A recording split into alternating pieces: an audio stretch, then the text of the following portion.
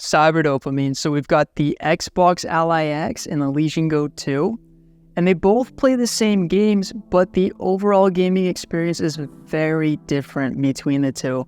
So let me do my best to help you get ideas for what you should maybe pull the trigger on if you're looking to buy one or you just like to compare them. I get it. Before I talk about the OLED screen, the battery, the performance, I want to talk about this first and foremost. It's the most important, I'm telling you right now, after having these two devices and putting hours into them. The size difference is a thing you must not underestimate. So you really got to know what size of a handheld you want. And I'll tell you this, right? Xbox Ally X, freaking love this.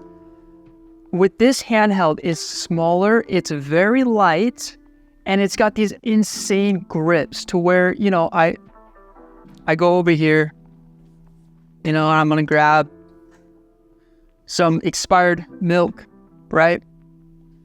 You know, like I'm doing stuff, you know, I'm grabbing snacks or whatever when I'm holding it, and I don't even know I'm holding it, right? That's a big deal because it's a handheld, right? You're taking it places. You're taking it to work, you're playing it on the couch, then you're playing it on the bed. And what I've learned is the Xbox Ally X is so good at being a handheld, whereas the Legion Go 2, you've got to be super freaking careful. You really do. With this one, you know, I go grab chocolate milk. I'm holding it up and balanced because it's pretty heavy. I can't hold it by the controllers because they're detachable and they'll break. I broke my Legion Go 1. And the biggest thing is this Legion Go 2 is extremely heavy. It's heavy. Xbox Ally X is like driving a Subaru Outback, maybe. And the Legion Go 2 is like driving an Escalade, one of those big, heavy cars. You can't maneuver through traffic like you can on a Subaru Outback with turbo. And so you got to ask yourself, like, when you're looking to buy a handheld, what do you want out of it? Some people like me, you know, sometimes like me, you know, I travel a lot. And it's always on the flight. It's always in my backpack. It's always jumping hotels, you know, it's going all over the place. And I prefer to travel with the Xbox Ally simply because you can manhandle it, you know, and you don't have to worry about it breaking, and it doesn't feel unforgiving in a way, right? Whereas Legion Go, man, you're pushing that red line where you got to be very careful. And when you throw it in your backpack with the cool case that comes with it, you know it's in your backpack. Also, you guys don't have to sub if you don't want to sub. If it's your vibe, it's your vibe. You do you. The reason why the Legion Go 2 is big is because of this beautiful OLED screen. It's an immersive handheld. It is by far the most immersive gaming handheld that we have to date. Even though it's a heavier, chunkier tank of a device, I still prefer to play games on this Legion Go 2 because, I mean, you know, I mentioned this in my last Legion Go dedicated video. You can go watch it. It's like those Dementors in Harry Potter, you know, in the train, you know, it comes out and it sucks your soul. This thing, it does that. Like you play a game on this OLED screen and it is so insane how good the game looks. From the bright colors to the insane HDR brightness, the darks are truly dark. Oh man, the colors are just so vivid, and it's like eye candy, just pure dopamine candy. It's really hard to go back to this Xbox Ally X after playing on the Legion Go 2 because of just that screen alone. And it's to a point where I'm willing to take the Legion Go with me on trips and stuff because I still want that beautiful display when I go. It's 16 by 10, so you're just seeing more game. And as you can see here, there's like bezels on the Legion Go 2. I really mean the Xbox Ally X, right? Where you see those bezels when you play the game.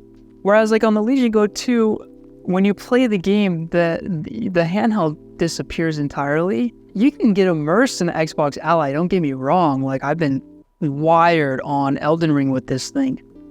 But you know, I hate to say it, but I just really freaking love that screen. Also, since we're talking about crazy screens, I want to give a huge shout out to this freaking thing right here. So this little thing is called the WOWCUBE, and I promise you this thing is one of the most addictive pieces of tech I've ever owned in my entire life. It's got 24 tiny screens built into the cube, and you actually twist and flip it to play. There's no swiping, there's no buttons, just straight up movement. And the games are wild. There's the classic rotate the cube to line up colors, but then you've got the crazy ones like cut the rope and this butterfly game. It's super addicting. You just like match up the butterflies, you know? There's like a bunch of cool levels and stuff, and you can tilt to navigate, and there's like an app store. You can connect it to your phone, and you can make your own little games with pictures that you've already taken, but it feels way more physical than any handheld I've used. And you end up zoning in, like it's half puzzle, half fidget cube, and your brain just clicks into it. And when I'm not gaming, I use the clock widget, so it just sits on my desk glowing with these smooth animations. You can twist it, change style, it's simple, and it's super cool because you can just slide it into this little charging dock, but it looks like something straight out of a sci-fi setup. The build feels premium too. It's heavy in a good way, with this clean design that just grabs attention when it's sitting there. It's one of those rare gadgets that's both relaxing and futuristic at the same time. If you want something that's fun to mess with and actually looks dope on your desk, check out the WOWCUBE. The link is below. Thank you, WOWCUBE. I'd assume most of us are pretty conflicted on that, so maybe this next topic should help you make a decision. Performance. So here's the thing. They have the same chips, right? They run the same Z2 Extreme. But what's interesting is the Legion Go 2 has a 16:10 aspect ratio versus, the Xbox Ally's 16:9, which means that the Legion Go 2 is at 1200p and the Xbox Ally is at 1080p. But as most of us know, the lower the resolution, the higher the frame rate. So, you look at Baldur's Gate at 17 watts on the Xbox Ally versus the Legion Go, the Xbox Ally is going to perform better at its native resolution, of course. You can downscale the resolution on the Legion Go 2 to make it run smoother, but the big deal is that you can totally tell you're doing it on this bigger screen, right? Whereas with the smaller Xbox Ally X screen, you can go down to 800p, for example, and it doesn't make a big difference at all, really. Like you notice minor resolution differences, but it's not a big deal. That's one thing where the Xbox Ally has the upper hand. And another thing I'm noticing is on the Legion Go 2, here's a cool game, Keeper. A lot of games, they don't give you a 16:10 aspect ratio. You got to play it 16:9. Most games are 16:10, but there's occasionally games that you're going to have to deal with big fat bezels because the game just doesn't work with the screen that well. Very rare.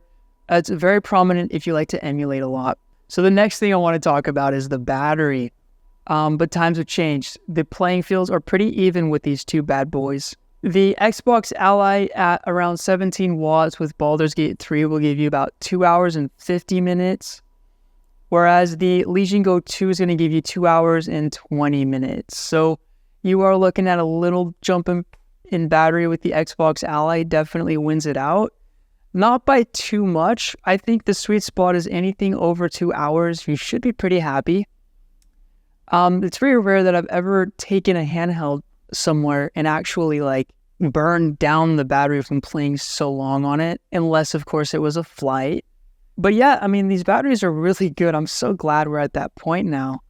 The next thing I want to talk about, this is a big deal, and it's funny, it's audio, right? The Xbox Ally X speakers by far are the best sounding handheld speakers I've ever experienced so far. I always thought the MSI Claw was the best, and those are amazing. The difference between this one and the Claw is very little. But I will tell you right now, there's some magic with these speakers. You'll be playing Battlefield 6 or whatever, and you will hear footsteps on your left side. You'll hear them here, but you're looking there. It's the craziest. It's freaky. I love it. It's called Soundstage, very wide. They're loud too loud, where I'm always going lower than what the full volume ever is, even in environments where I have like a water filter running and stuff. The Legion Go 2, the speakers are really good. They're actually not bad at all, but they're up firing. So you know that when you play a game, you'll know the sound is coming from up here and then like travels to you, which is kind of weird at first, but of course you get used to everything. And that's something I want to emphasize on. You do get used to what you have over time. So you could have this, you could have that, you're always going to be wanting. But what I've learned is like, you know, with the Xbox Ally, after I start playing on it for a couple hours, I forget about the OLED on the Legion Go 2. I forget about, you know, it's kind of like the Pro Max versus the Pro.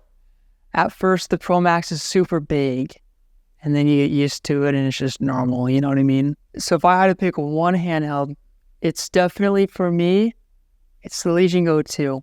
That OLED screen is the most beautiful freaking screen to play games on. Even if it weighs heavy, it is just so immersive. And, you know, I can still travel with the Legion Go 2. Don't get me wrong. I just grab chocolate milk from it or whatever, you get it. But, you know, that experience with the high dynamic range turned on, the brightness is absolutely insane. I think to help answer a question, like obviously like when you're deciding what to get, or even if you should spend this kind of money on a handheld, you got to ask yourself, when you buy a handheld, like how do you like to play your games? Like for me personally, like when I play a game, I really like to get immersed in the story, right? Like Red Dead Redemption 2, I like to feel like I'm in the Wild West, and my brain kind of like jumps inside the handheld and is part of that world, and you kind of like escape reality, you know, bills and taxes in a sense. And that's if you're like that, like you play single player games, you like to get immersed, you love storytelling and environments, Legion Go 100%. But you know, a lot of people, including myself at times, we like to play games just to kind of burn time, or you know, you don't take games too seriously, right? Like you kind of just want to play a game to do something, to get satisfaction out of it.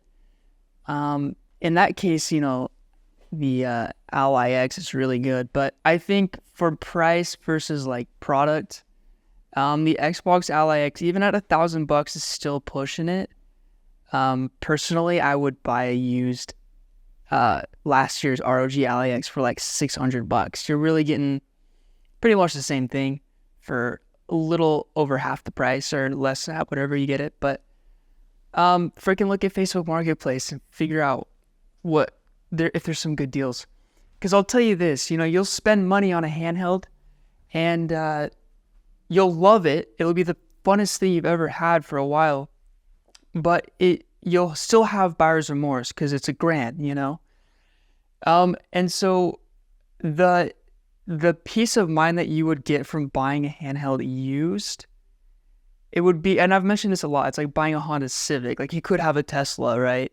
But you get a Honda Civic and you're driving in that car and you have no stress because it's a cheaper car. The gas mileage is amazing. It's not the fastest car, but it's just like a good car, and you're not in drowning debt like your neighbors are. Like there's that like Dave Ramsey like peace of mind feeling. That is probably more important than having a big OLED right now, or just like you know, a handheld with the Z2 Extreme, because it's not that big of a difference, but the price jump is insane. So hopefully I've helped you guys make a decision. Maybe I made it worse, I don't know, but thank you guys for taking the time to watch this video. Freaking Cyber Dopamine out.